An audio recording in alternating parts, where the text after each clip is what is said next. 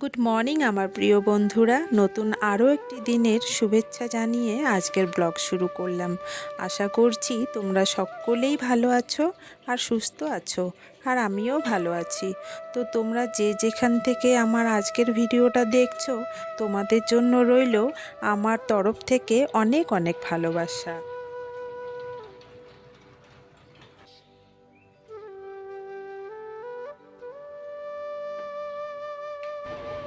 সংসারে যখন অভাব দেখা দেয় না বন্ধুরা, তো সব কিছুতেই অভাব দেখা দেয়। এদিকে গ্যাস শেষ হয়ে গেছে, এদিকে বাজারও নেই। তো আজকে ভাবছি খেতে যা কিছু আছে সেগুলো দিয়েই আজকে রান্না বান্না করব। তো আপাতত ভাতটা বসাইলাম, ছেলে আজকে আবার স্কুলেও যাবে না, তো একটু দেরি করেই বসাইলাম। আর এতক্ষণ ওকে বই পড়াইলাম। আমি সকালবেলা একদম ভিডিওর সামনে আসতেই পারি না, মানে ওকে তোলা, বই পড়ানো সমস্ত কিছু করে তারপর আসতে হয়। তো এদিকে ভাতটা হতে থাক, গিয়ে দেখি লাউ পাতা নিয়ে আসি। আজকে একটু লাউ পাতা বাটা করব। মেয়ে আসে পর থেকে বলছে যে মা একটু বাটা পুটা করে খাওয়া, কারণ ও তো ওইখানে ওগুলো খেতে পারে না। বাটা পোড়া ইন্ডাকশানে যেহেতু রান্না করে, মানে বেগুন পুড়ে যে খাবে তারও ব্যবস্থা নেই। আর বা পাতা পুটা কোথায় পাবে, বোঝো না, একা থাকে যেহেতু, সেভাবে তো আর ঘরের রান্নার মতন আর বাড়িতে যেভাবে ও খায় এটা সেটা, মানে বাড়িতে তো ভ্যারাইটিস রকম রান্না হয়। বাড়ির খাবার আর পিজির খাবার কি এক হয় বলো তো? তো আমাকে বলছে, ও বাড়িতে নেই, গেছে বান্ধবীর বাড়িতে, আজকে আসবে। তো আমাকে বলছে আজকে বাটা ফুটা করবো, আমি খাবো। তা লাউ পাতা নিয়ে আসি, নিয়ে এসে সকালে বাটা করে ভাতটা দিয়ে খাবো। আর ইন্ডাকশানে রান্না করতেও না মানে ভালো লাগে না। ভাত ডাল এগুলো ঠিক আছে, ফুটানো জিনিসটা ঠিক আছে, কিন্তু বাদ বাকি মানে তেল ফেল দিয়ে একটু ভাজা করা রান্না করা ভালো লাগে না। আর আমার কড়াইটাও সেরকম ভালো না, তাই রান্নাটাও ভালো হয় না। তো কালকে তো কোনো রকম চলে গেছে, আজকে দেখি এখন গ্যাস তোলে কি না। মা বাটা খাবো, পোড়া খাবো, ছোট মাছের ঝাল খাবো। ওইখানে তো এসব খেতে পারে না, তাই আসার পর থেকে এগুলো আর করাই হচ্ছে না। তা দেখো, আমার একটা ছোট্ট লাউ গাছ হয়েছে, সেখান থেকেই কিছু পাতা তুলে নিলাম। আর ফ্রিজে কিছু পাতা রাখা আছে আগের থেকেই, সেগুলো বের করে আজকে বাটা করব খুব সুন্দর করে।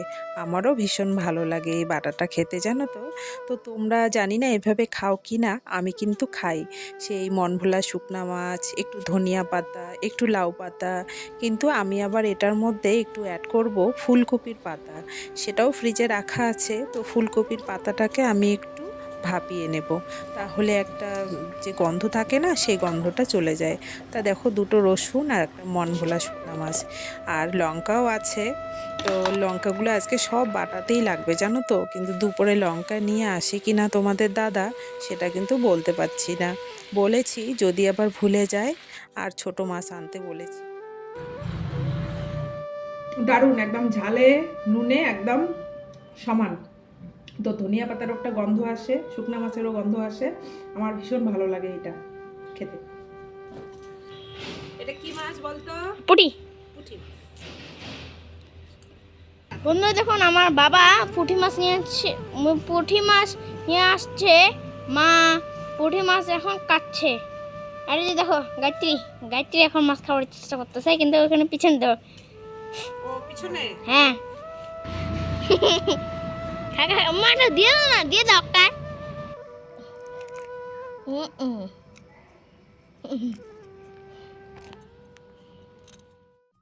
তো খুব বড় বড় আবদার না, খুব ছোট ছোট আবদারই করে আমার ছেলেমেয়েরা সব সময়।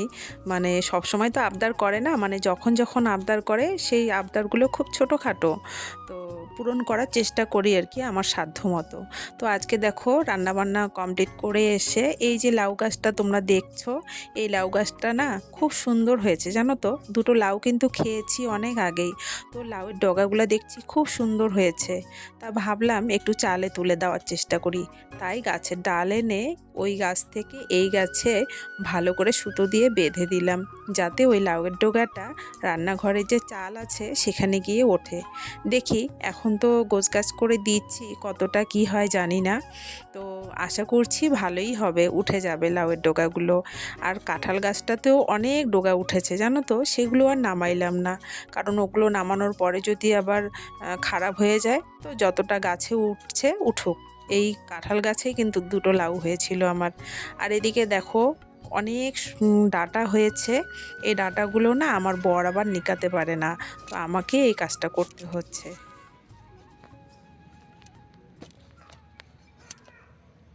ও মা, মা তুমি এগুলো করতে পারো? কোনগুলো? এই যে ঘাস তোলা, নিকানি? নিকানি বলে এটাকে, দিয়ে হ্যাঁ পারি তো। সবই পারো, অলরাউন্ডার তুমি। তোর বাবা পারে না এটা, এই জন্য আমাকে করতে লাগে। কে বলছে বাবা পারে না? তোর বাবা পারে না, ভালো পারে না আর কি। এগুলো না নিকায় দিলে না ডাটাটা খারাপ হবে, ভালো হবে না।